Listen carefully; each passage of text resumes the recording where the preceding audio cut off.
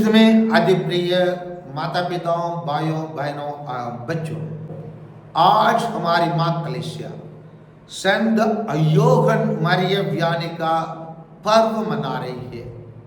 ये पर्व हमारे सभी बलियों का, पल्ली पुरोहितों का पर्व है, क्योंकि सेंट जॉन मरिया वियानी सभी पुरोहितों का, विशेषकर सभी पल्ली पुरोहितों का संरक्षक है। क्यों इस व्यक्ति को हम हमारे पल्लियों का और हर पुरोहितों का, हमारे पल्ली पुरोहितों का और हर पुरोहितों का संरक्षक क्यों मानते हैं? इस व्यक्ति का जन्म वर्ष 1786 में लियोन्स, फ्रांस देश में हुआ था।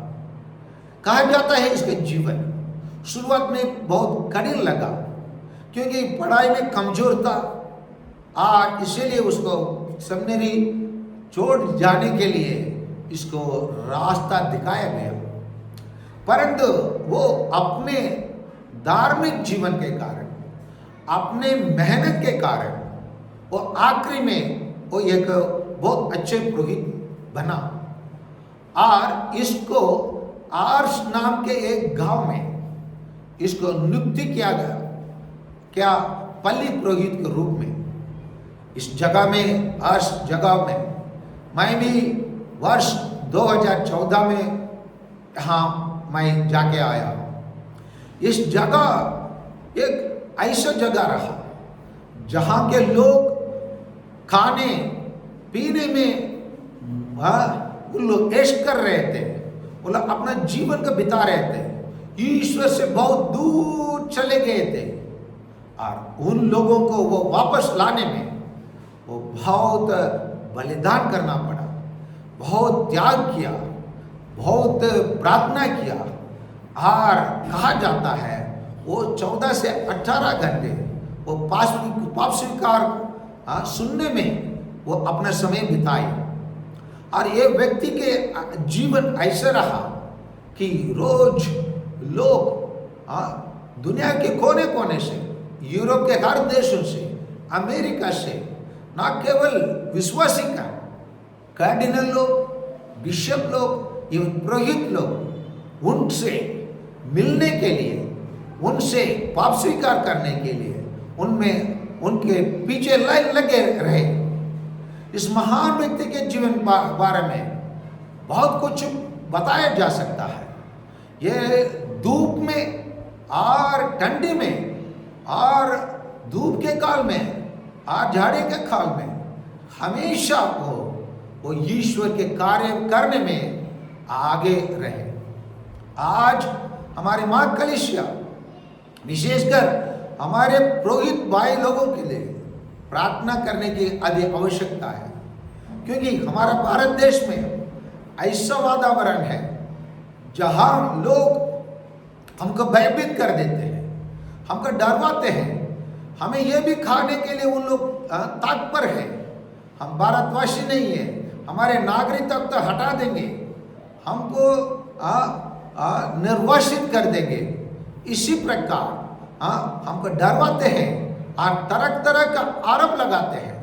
जैसे हम कुछ दिनों के पहले दुर्ग रेलवे स्टेशन में हमारे धर्म बहनों के साथ क्या हुआ है, हमारे विश्वासीगण के साथ क्या हुआ है, ये सब एक नमूना है। ये सब एक छोटे से झलक है जो हमारे देश में हो रहा है। बहुत सारे ऐसे घटनाओं के बारे में हमें भी जानकारी है। लेकिन ऐसे समय पर कौन इन चुनौतियों का सामना कर सकता है? कौन इस चुनौतियों को डाल सकता है, इस चुनौतियों को निष्क्रिय कर सकता है और इसको विफल बना सकता है? मात्र पुरोहित लोग हैं, क्योंकि पिता ईश्वर ने अपने पुत्र को एक पुरोहित के रूप में भेजा, एक मेल्किसेदेक के समान एक पुरोहित के रूप में भेजा और उनको प्रतिदिन अपने पुत्र को है ना उसी बलिदान, उसी याग को करने के लिए उनसे आदेश दिया, इसको मेरे स्मृति में क्या करो। उसी के प्रतिदिन पुरोहित लोग सब बलिदान के द्वारा करते हैं और उसी चीज को संत योहन मरिया वियानी अच्छे से करने के कारण वो बहुत सारे लोगों को मन परिवर्तन कर पाए। आज हमारे देश में लोग मेटेरियलिस्टिक होने के कारण, धन संपत्ति को, ऐश्वर्य को ज्यादा अपनाने के कारण, पसंद करने के कारण आध्यात्मिक रूप से उन लोग ईश्वर से दूर है और ईश्वर की रास्ता का मार्ग को भूल गए हैं। ऐसे परिस्थिति में केवल वही लोग काम कर सकते हैं जो यूहन्ना मरिया वियानी जैसे अपने बुलावों को गहराई से जानते हैं, गंभीर से लेते हैं और उसके लिए अपने जीवन को है ना झलक लगाकर काम करने के लिए आगे आने की जरूरत है। ऐसे प्रयुक्त लोगों की जरूरत है। यहाँ कहा जाता है true holiness means silent suffering, मतलब आराम से दुख को सहन करना है और एंडलेस सैक्रिफाइस, बलिदान करने की आवश्यकता है। And denial of personal needs, व्यक्तिगत आवश्यकताओं को त्याग करने की आवश्यकता है। और कहा जाता है एक वाक्य, priest are still expected to be models of virtues, मतलब पुरोहित लोग से अपेक्षा किया जाता है सभी गुणों का, सभी अच्छे गुणों का आदर्श और अच्छे गुणों का नमूना मॉडल बनने की आवश्यकता है। और ऑलवेज अवेलेबल, हर टाइम विश्वासियों के लिए अवेलेबल होना चाहिए, प्रस्तुत होना चाहिए और इमोशनली स्टेबल, अपने भावना में वो स्थायी होना चाहिए। और व्हेन दे फेस चैलेंजेस, जब उन लोगों के सामने चुनौती आ गए, उसको सामना करने के लिए they are told to pray harder, उन लोगों का कहा जाता है ज्यादा प्रार्थना करने के लिए, फास्ट लॉन्गर, ज्यादा उपवास करने के लिए, and trust even more in Christ Jesus, पहले से ज्यादा अधिक प्रभु यीशु में विश्वास करने के लिए। आइए हम, जैसे हम आज हमारे पल्ली पुरोहितों का, हर पुरोहित भाई बहनों का त्योहार मनाते हैं, आइए उनके लिए विशेष रूप से प्रार्थना करें। संत जॉन मरिया वियानी से हम प्रार्थना करें कि वो हमारे पुरोहित भाइयों को सही मार्ग दिखाए, ताकि जैसे वो अपने जीवन में प्रार्थना, तपस्या और कठिन मेहनत और पाप स्वीकार और अन्य कार्यों के द्वारा लोगों को ईश्वर के पास लाने में वो सफल रहे, उसी प्रकार हमारे पुरोहित भाई लोग भी उसी प्रकार सफल रहने के लिए प्रार्थना करें। और विशेषकर हमारे परिवारों से जो पुरोहित भाई बने, उनके लिए हम विशेष रूप से प्रतिदिन प्रार्थना करें।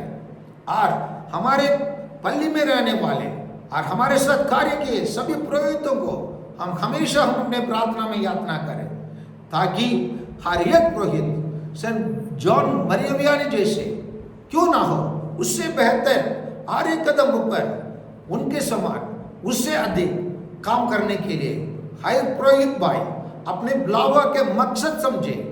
उन लोग सब एक मेल्किसेदेक के रूप समान, एक प्रभु यीशु के समान, सेंट पौलुस के समान, अन्य दुनिया के पुरोहित लोग, जो महान पुरोहित लोग जो कलीसिया को निर्माण करने में अपने जीवन का अर्पित किए, उन लोग के समान उन लोग अपने जीवन को पूर्ण रूप से अर्पित करें, प्रार्थना में जुड़े रहें और त्याग करें निरंतर अपने मिसा बलिदान को। जैसे सेंट मदर तेरेसा कहा है, a priest says the mass as it is the first mass, as it is the only mass and it is the last mass। प्यारे भाइयों और बहनों, आइए जैसे सेंट मदर तेरेसा कहा, ये पुरोहित अपने मिसा बलिदान को अपना पहला मिसा बलिदान के रूप में, अपना आखिरी मिसा बलिदान के रूप में, अपना एकमात्र मिसा बलिदान के रूप में प्रतिदिन संत यूहन्ना मरिया वियानी के समान मिसा बलिदान का चढ़ाइए। उनके समान पाप स्वीकार में बैठकर लोगों के पापों को मिटा दे और उनको ईश्वर के स्वर्ग राज्य के पास जाने का रास्ता दिखाए। और इसी अवसर पर मैं सभी पुरोहित भाइयों को बधाई देता हूँ और शुभकामनाएं देता हूँ। And wishing every one of you, my dear brothers, my dear priest, a very, very happy feast of Saint John Maria Vianney. Amen.